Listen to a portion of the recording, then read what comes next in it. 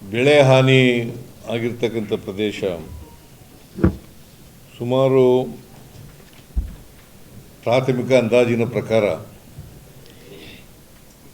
ಪ್ರಾಥಮಿಕ ಅಂದಾಜು it's not A final survey report. ಪ್ರಾಥಮಿಕ ಅಂದಾಜು ಈಗ ಯಾಕಂದರೆ 5 ಲಕ್ಷ ಹೆಕ್ಟೇರ್ ಅಷ್ಟೇ ಆಗಿರೋದು. 9,60,578 9,60,578 ಹೆಕ್ಟೇರ್ಗಳಷ್ಟು ಬೆಳೆ ಹಾನಿಯಾಗಿದೆ. ಇದರಲ್ಲಿ 8,88,953 8,88,953 ಹೆಕ್ಟೇರ್ಗಳಷ್ಟು ಕೃಷಿ ಬೆಳೆಗಳು ಮತ್ತು 71,624 ಹೆಕ್ಟೇರ್ಗಳಷ್ಟು ತೋಟಗಾರಿಕೆ ಬೆಳೆಗಳು. ಇದು ಪ್ರಾಥಮಿಕ ಅಂದಾಜು.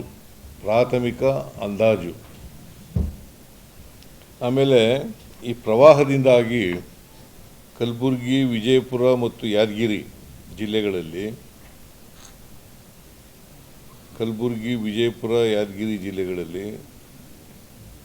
117 ಗ್ರಾಮಗಳು ತೊಂದರೆಗೊಳಗಾಗಿದ್ದಾವೆ.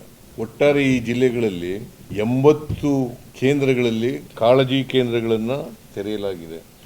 ಕಲಬುರಗಿಯಲ್ಲಿ 56, ವಿಜಯಪುರದಲ್ಲಿ 17, ಯಾದಗಿರಿನಲ್ಲಿ 7. ಈ ಕೇಂದ್ರಗಳಲ್ಲಿ ಸುಮಾರು 10,000ಕ್ಕೂ ಹೆಚ್ಚು ಜನರಿದ್ದಾರೆ. ಮಾನವ ಹಾನಿ ಆಗಿರ್ತಕ್ಕಂಥದ್ದು 52 ಮಂದಿ. ಇಡೀ ರಾಜ್ಯದಲ್ಲಿ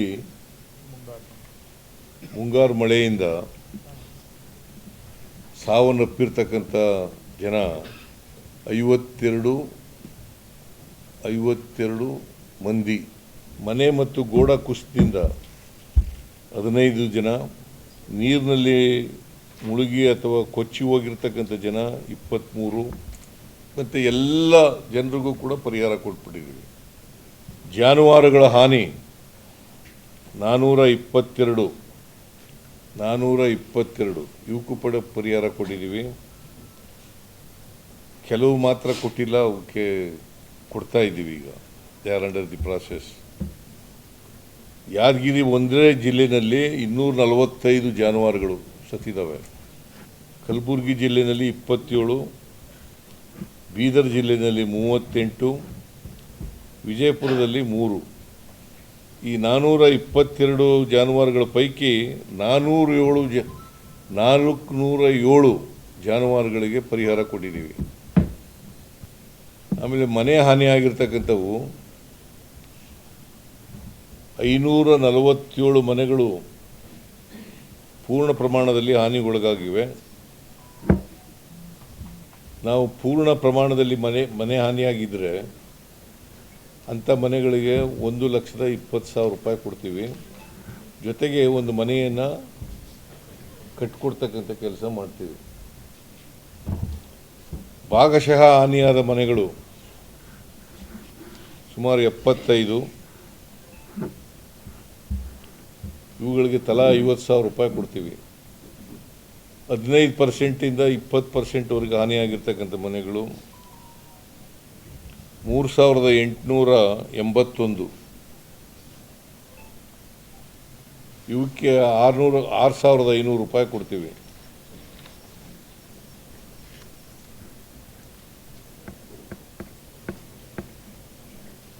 ಒಟ್ಟು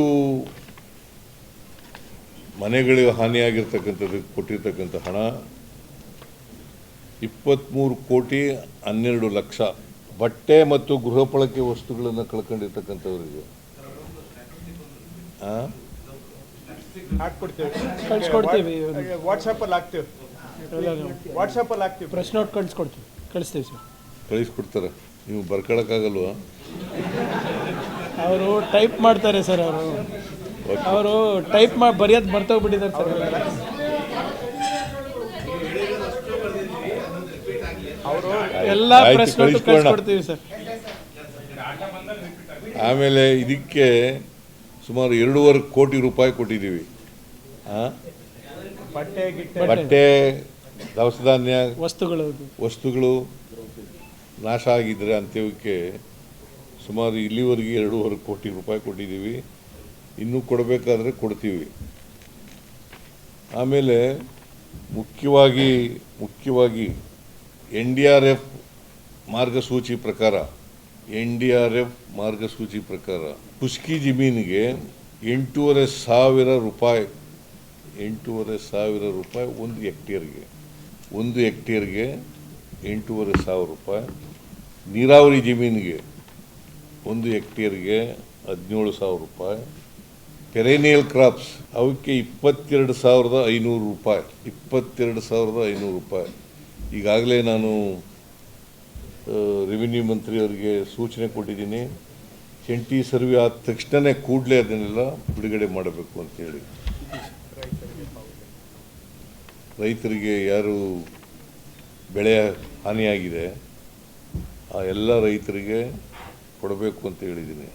ನಾನು ಇವತ್ತು ತೀರ್ಮಾನ ಮಾಡಿದ್ದೀನಿ, ಹೆಚ್ಚುವರಿಯಾಗಿ ಖುಷ್ಕಿ ಜಮೀನಿಗೆ 8,500 ರೂಪಾಯಿ.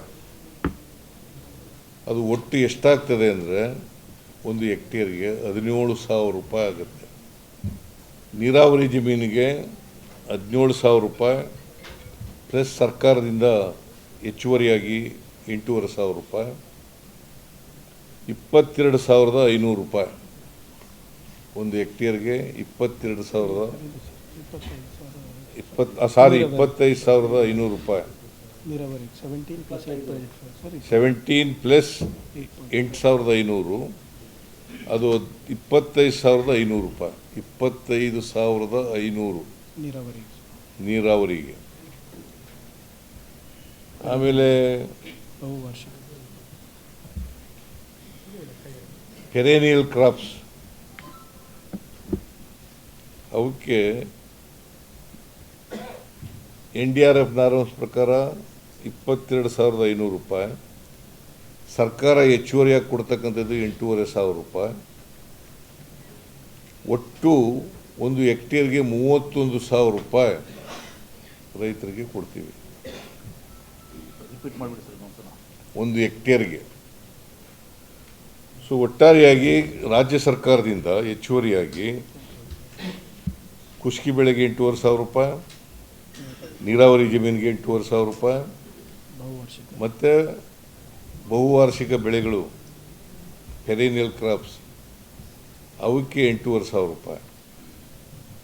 ಅಂದರೆ 1 ಹೆಕ್ಟೇರಿಗೆ ರೈತರಿಗೆ ಖುಷ್ಕಿ ಬೆಳೆಗೆ 17,000 ರೂಪಾಯಿ ಸಿಗುತ್ತೆ ಒಟ್ಟಾರೆಯಾಗಿ. ನೀರಾವರಿ ಜಮೀನಿಗೆ 25,500 ರೂಪಾಯಿ ಸಿಗುತ್ತೆ. ಮತ್ತು ಪೆರೇನಿಯಲ್ ಕ್ರಾಪ್ಸ್ಗೆ 31,000 ರೂಪಾಯಿ ಸಿಗುತ್ತೆ. ಇದನ್ನು ಇವತ್ತು ತೀರ್ಮಾನ ಮಾಡಿ ಘೋಷಣೆ ಮಾಡ್ತಾ ಇದ್ದೀವಿ. ಸರ್ಕಾರ ಇದನ್ನು ಹೆಚ್ಚುವರಿಯಾಗಿ ಕೊಡಬೇಕು ಅಂತೇಳಿ ಇದ್ದೀವಿ. ಇದು ಸುಮಾರು ಎರಡು ಸೇರಿಸಿದ್ರೆ NDRF ನಾರ್ಮ್ಸ್ ಪ್ರಕಾರ ಕೊಡ್ತಕ್ಕಂಥದ್ದು ಮತ್ತು ನಾವು ಹೆಚ್ಚುವರಿಯಾಗಿ ಕೊಡ್ತಕ್ಕಂಥದ್ದು 20,000ಕ್ಕೂ ಹೆಚ್ಚು, 2,000ಕ್ಕೂ ಹೆಚ್ಚು 2,000ಕ್ಕೂ ಹೆಚ್ಚು ಕೋಟಿ ರೂಪಾಯಿಗಳನ್ನು ರೈತರಿಗೆ ಕೊಡ್ತಾ ಇದ್ದೀವಿ ಇಡೀ ರಾಜ್ಯದಲ್ಲಿ.